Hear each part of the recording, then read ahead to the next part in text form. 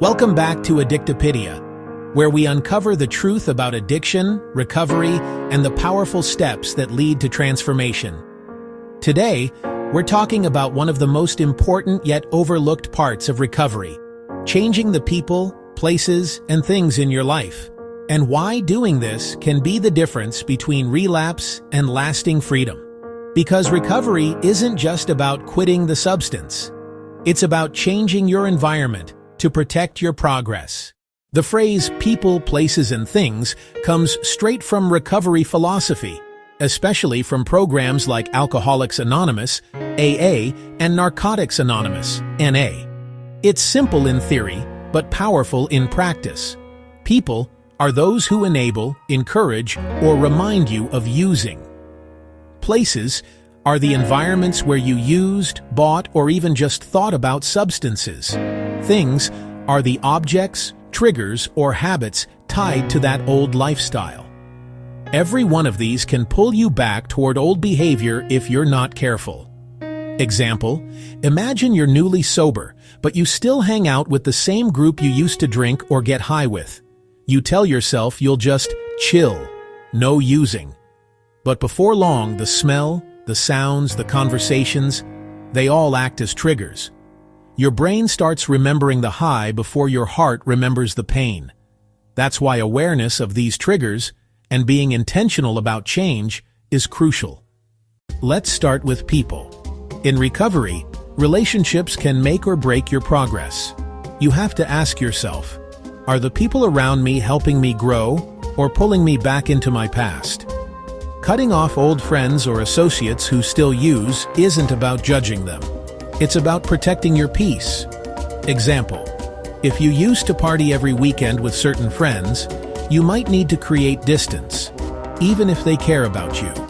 Because the bond you shared was built around the addiction, not genuine healing. Instead, surround yourself with people who uplift your new journey. Recovery mentors, support group members, family, or faith-based communities. It's not about isolation. It's about replacement. You're not losing people. You're finding the right ones for this new version of you. Next, places. Our environment shapes our behavior more than we realize. If you keep returning to the same places where you used to score drugs, drink, or escape, your brain immediately associates that location with the old habit. That's called contextual conditioning, a powerful psychological trigger. Example, if you used to drink at a specific bar every Friday, walking past that bar can spark a craving even if you haven't touched a drink in months. So instead of going back, try finding new safe spaces, parks, gyms, coffee shops, or community centers. Recovery-friendly environments make relapse harder and growth easier. And remember, sometimes you may even need to move neighborhoods or limit contact with certain environments altogether, especially if they constantly expose you to temptation. It's not running away, it's rebuilding a foundation. Now let's talk about things. Objects, routines, and even sounds or smells can remind you of your addiction. It could be a lighter, a certain playlist, an old phone contact, or a place in your house where you used to get high. These might seem small, but recovery is about details. Example, a recovering heroin user once said the hardest trigger wasn't the drug itself, it was seeing the spoon they used to cook with. Removing that object, and even rearranging the furniture in their room, helped them detach from that mental association. So don't underestimate the power of decluttering your environment. Clean space. Clear mind. Stronger recovery.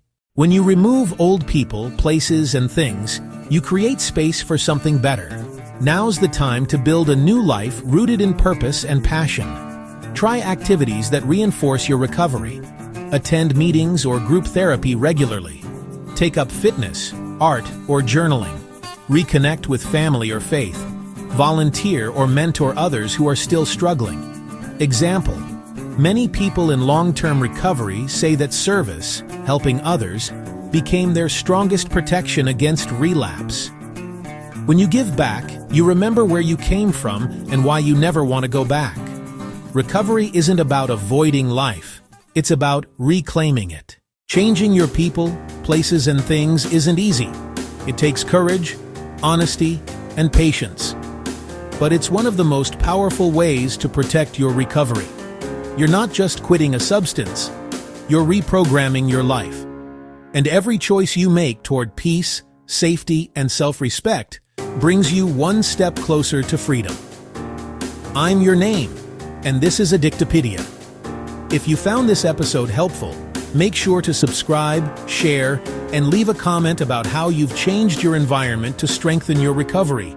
Because remember, recovery isn't about who you were, it's about who you're becoming.